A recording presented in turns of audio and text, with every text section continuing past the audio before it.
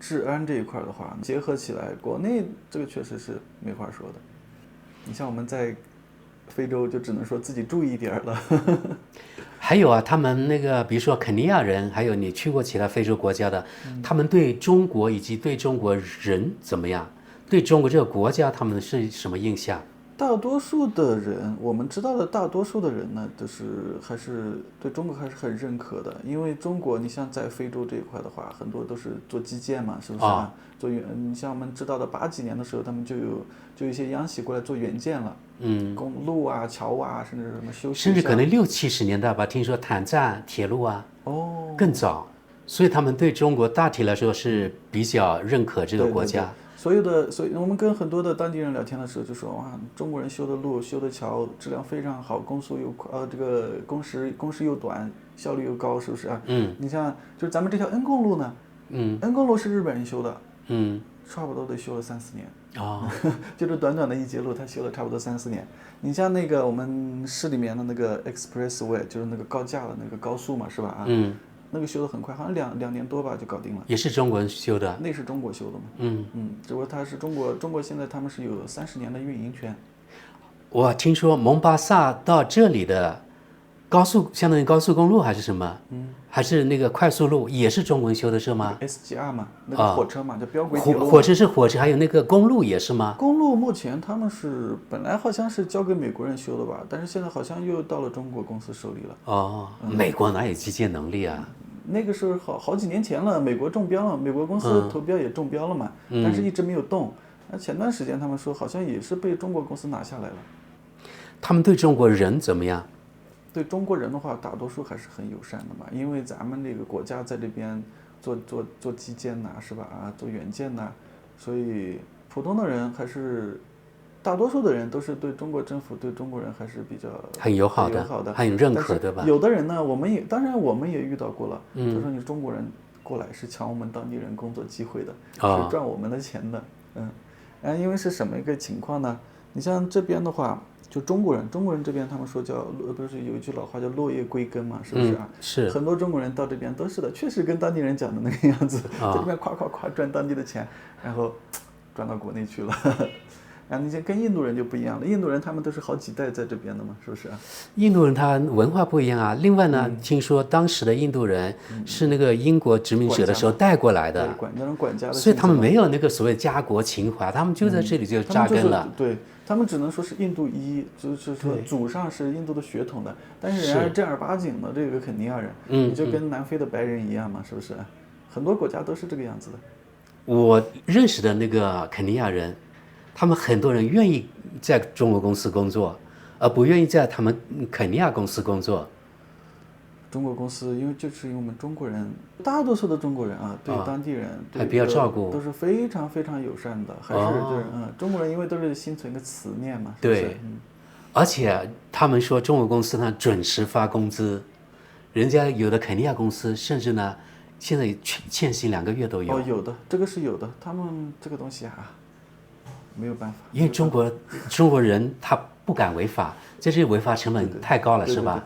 這邊，你像我們之前有個朋友，他是開工廠的嘛，是吧？他就給他的當地員工算那個工資的時候，少算了是1個小時還是2個小時的加班費，就被告了。然後這個當地員工呢，他也不找你，他也不跟你說，不好意思，那個直接到勞工部去了。勞工部過來一調查，確實真的，本來2個小時的加班費可能就幾百先令的事情，罰款罰了40多萬先令。中國人在這邊，其實中國公司在這邊，其實是比較劣勢的。對。你像我們很多人都說了，印度人在這邊也有很多公司，但是你中國公司，你基本上就是員工多一點的話，你勞工官司就很多了。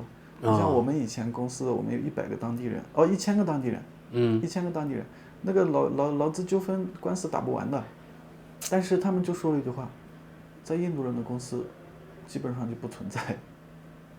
那可能是他們內部呀。傳出去了，怎麼樣？在中國公司的事，因為這個就是說嘛，那最好你就不要違反當地勞工法呀。對，這個東西，因為你確實是自身有問題，你才會有人家才會去找你的這個麻煩。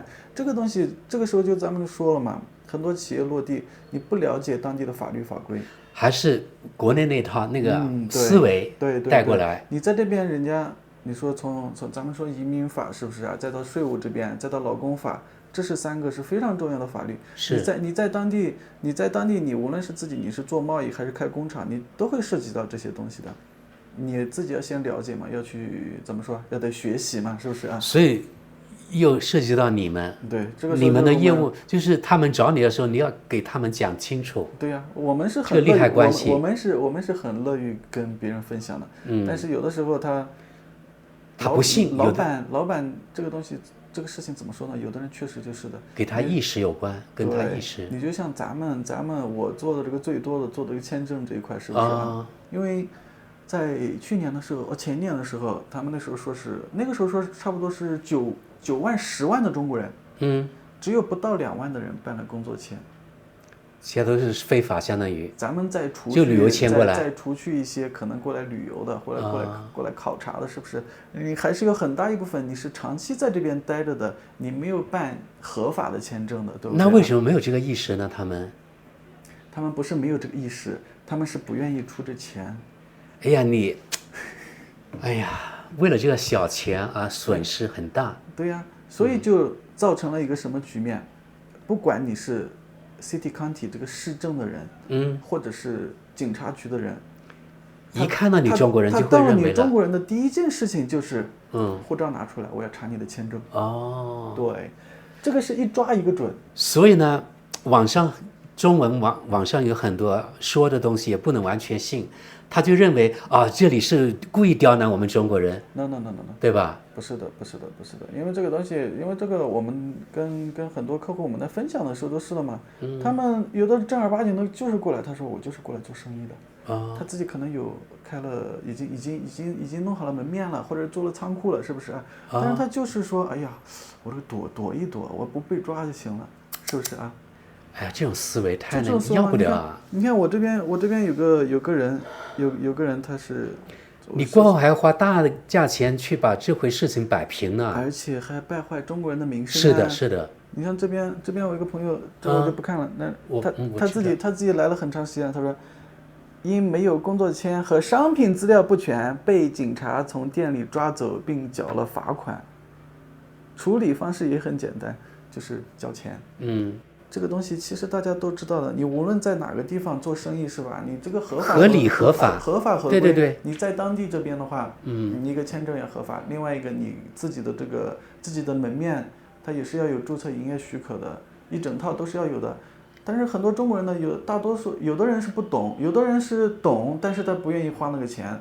你就包括我們也認識他們做這個餐廳的，是不是？他們肯尼亞的這個營業許可呢，餐廳的營業許可呢，它是分檔位的，5個座位以下是1萬多先令，然後5個座位到20個座位，然後20個座位到50個座位，再到這個50個座位以上，50個座位以上，它那個官方的收費就已經到了10多萬先令了。有的人呢，他就是說，我就辦個5個座位以下的營業許可，那個交的官方費用便宜，好像16000先令吧，他就不願意按時繳納嘛，結果就是市政跑過去一看啊，你這個營業許可在哪裡？營業許可一看，你這個辦個不對呀，你這個 size 不對呀，是不是？又被要錢。其實他們都是知道的，而且就是另外一個事情就是什麼呢？就是說咱們這個旅遊簽跟商務簽是不是啊？確實就是說你旅遊簽進來的，商務簽進來的，你再來的時候，你來一次，你最長可以待180天。但是你在出去的時候，如果你真正的待了180天，你在出機場的時候，或者是你在路上有別人警察過來查你簽證，你說哎呀，我有這個簽證，人家一看你在這邊待了2個月了，你是真的過來旅遊的嗎？然後他就問你是真的過來旅遊的嗎？如果你真的能給他提供，你說這去過哪裡60天，對，我全部都在景區跑，這是我的酒店的預訂單，是吧？酒店的住宿單，這個是我在景區的照片，那警察不會找你事情的，但是你什麼事情都說不出來，是不是啊？你沒有辦法證明你真的是過來旅遊的，或者是只是商務考察的，那肯定警察他就會認為你是在這邊非法工作嘛，非法就業嘛，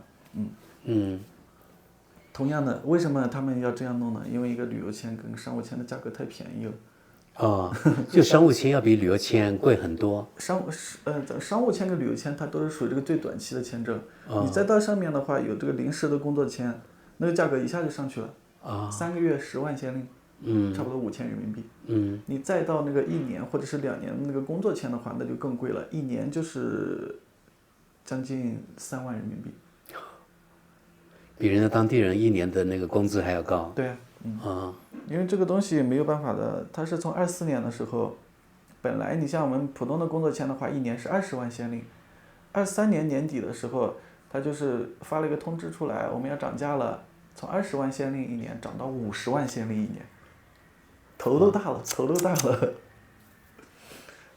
就是漲價的時候，漲價之前呢，但是他11月份他那個通知發出來了之後呢，他是想着1月1號實行了。但是有很多，因為他這個事情也不單單是針對中國人，他是針對所有的 foreigner，就所有的外国人，哪怕你說美国人呀、印度人那，都是一樣的這個執行標準。而且同時呢，他們當地人的這個所有的出生證明、死亡證明，一系列政府這邊的這個證件的費用也是漲了，也是差不多漲了2倍、2.5倍這樣。所以就很多人就是到那個最高法院門口去示威游行嘛。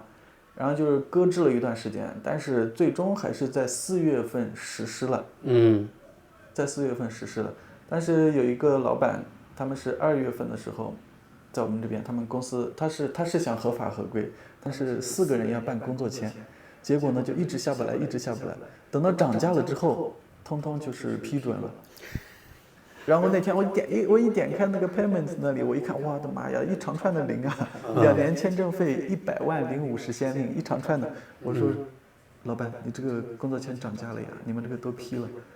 他說不做了，他說設備還在海上漂呢，設備還沒過來，就先辦他們4個人的那個4個人的工作簽就得花去了将近30萬人民幣。可能還是故意要賺這些外國人的錢吧。但是說實話啊，如果這點簽證錢都賺不到的話，那也沒有必要在這邊待着了，是不是？也是，對，那肯定。你這個東西，我們還是說的嘛，這個是個硬性的成本，這也是算是在你成本裡面的嘛。对，是的。那好吧，你覺得就是從你觀察來看啊，你覺得肯尼亞的未來的發展前途怎麼樣？我覺得是咱們中國人想來投資的，可能比較關心的啊。肯尼亞因為這邊的話，就是你像來非洲過來考察的話，考察東非這一塊的話，基本上肯尼亞是肯定要來的。因為肯尼亞呢，就是說你像它有港口，然後它同樣它這個社會的發展，因為坦桑那邊你有盧旺達、烏干達一過去的話，這個基建完全不是一個檔次的。但是同樣的就是說呢，就是因為這邊也是中國人也是深耕了很多年了，各行各業都是有的，就比較卷，就看他们能不能卷得动，能不能卷得动。這個東西真的是各行各業，你就包括我們這個做諮詢的一樣，你在中華街你能發現很多家，都能發現很多家。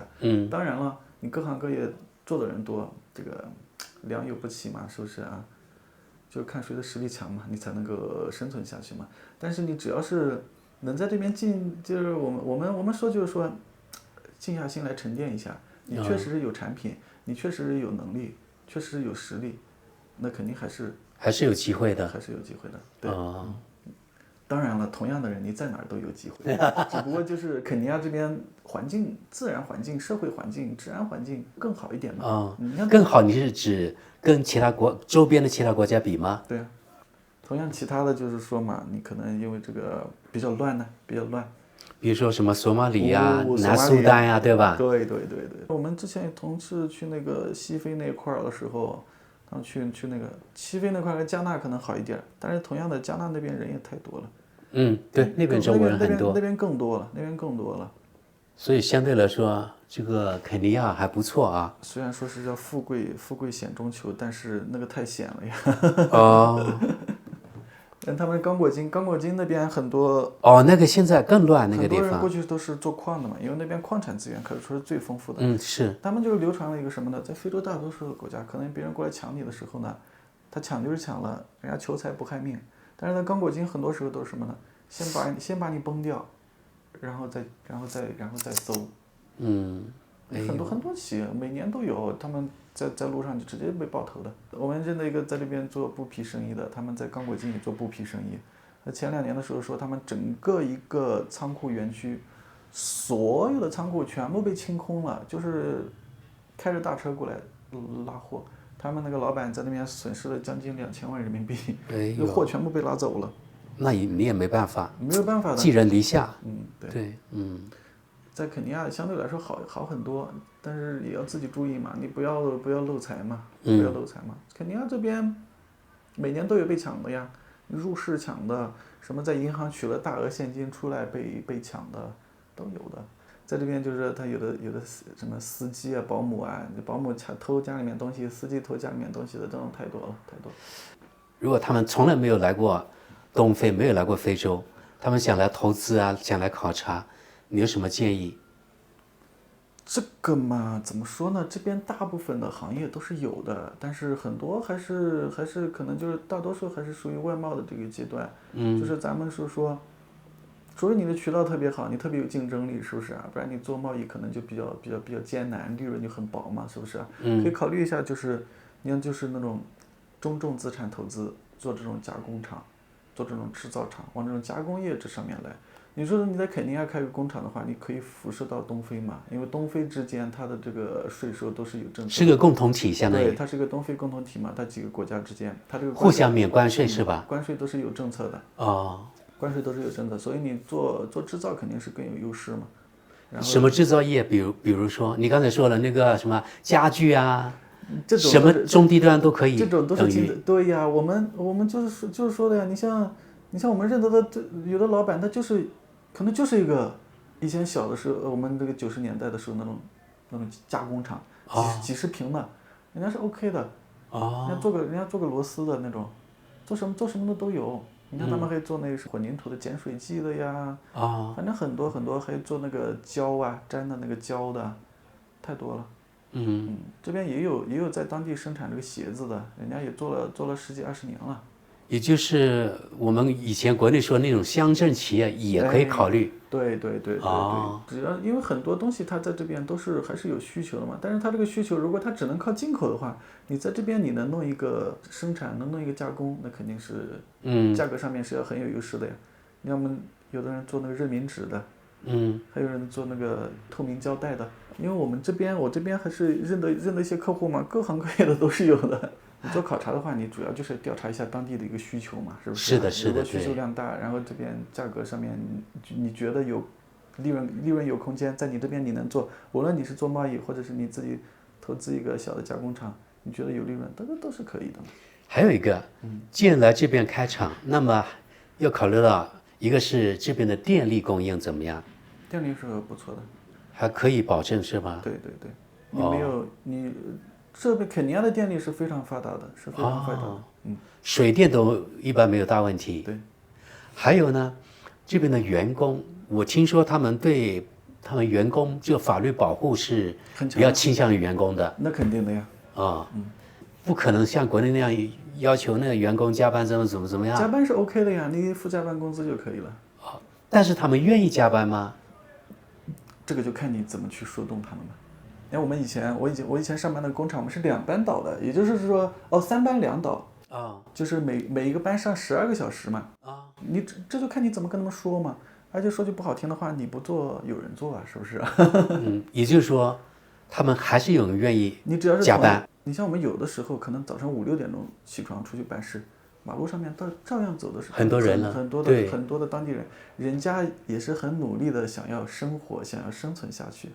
因為呢，在一些中文媒體上面會看到，哎呀，人家非洲人怎麼懶，你給他錢叫他那個加班，他也不加。這種怎麼說？這個叫以偏概全。以偏概全。有的人是這個樣子，你就比如說每個月5號發工資之後，他可能就有人請假了。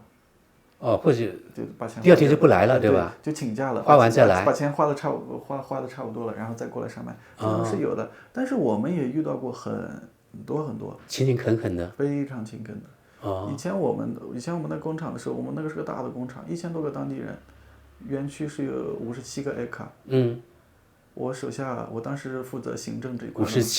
57公顷，57英亩英亩，57英亩嘛，1英亩是4600多平嘛，有点忘。然后就是我是负責行政的，我们底下的6个司机全部都是24小时待命。哇，他们就是住在工厂，你住不住？不住我们就换人。对，因为他们劳动力太丰富了。对呀，这个跟在中国一样嘛，你不干有的是人干，是不是？我们那個水電工也是的，24小時待命。我們的宿舍有60多間宿舍，有電的問題或者是什麼水管堵了，隨時打電話，隨時解決。所以就是說，在這邊你在網上面那種以偏概全，有可能他就故意說出來的這種博流量的話，是不是？你在中國你也有不願意加班的人呢，是不是？然後他們這邊發工資是每周發還是半個月發一次？這個看你是什麼工種嘛。如果你是長期工那種合同工的話，就是按月結嘛。你這邊也有那種臨時工的月結也有啊。他們工地上面很多時候就是說搬個東西什麼的，就是什麼材料來了之後，你請個什麼臨時工。日結的那種嘛，這種都是看你是找的什麼工種嘛。按目前的那個市場行情啊，就沒有任何技能的那些人，每天有500-600嗎？看地區吧，在內羅畢這邊差不多的。你要是往旁邊遠一點的去，更便宜。那可以談到便宜的。就是說，如果是普通的。在工廠的人，每個月拿到手大概有多少？工廠的操作工，比如說，他們這種的話也是，他們國家也是有個文件的，最低工資標準，根據他的工種不一樣。你做辦公室的呀，你做前台呀，你做財務啊，你做這個。比如說是多少？給國內人有個概念。技工的話，工資會稍微高一點的。你像我們以前在辦公室的文員的話，一個月大概是25000先令這樣子，1700嘛。然後技工的話3萬多，也就是2000塊錢左右吧。也就是大概就1000多到2000塊。對，這個幅度。對，我知道的就是說，他們很多中國人過來，他沒有不懂中文的，是不是啊？他們要請那個中文翻譯，然後他又不想用中國人翻譯，他找這個當地人。大多數是去國內留學過的嘛，對，會一點中文的，然後就是找他們這些翻譯，然後這些翻譯目前他們的工資都是水漲船高。那肯定水漲船高，因為他們首先他們自己內部就有一個群體，他們很多人都是他們自己這幫人專門有一個 WhatsApp 群的，對，他們說好，低於這個就不接，對吧？對，就是這個樣子的。你像23年的時候，他們請一個翻譯，稍微口頭就是那種口語翻譯是吧？日常翻譯的這種，可能3萬4萬就能請到了。現在你根本請不到了。現在翻譯他們最高的工資好像說都有發20萬先令的。我想有這個工資，你從國內找個剛畢業的大學生，那不更好用嗎？而且就是說，就是當地人這一塊的話，他在你中國人的企業工作的話，他的心跟你還基本上不會是在一塊的，他會想着法子往自己的口袋裡面去撈。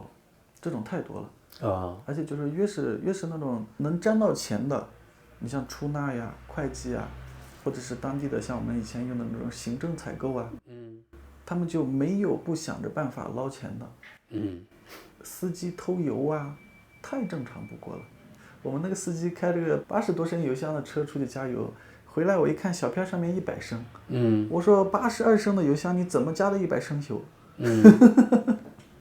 就是搞笑嘛。這個邏輯也沒有啊。邏輯都沒有了，但是我 boss 我不知道啊，他就加油站就是給我開這個票了。哎呀，你多出來了，我就講究那個80，他可能加個82升，剩下的18升自己接了出去賣掉，就是這個樣子嘛。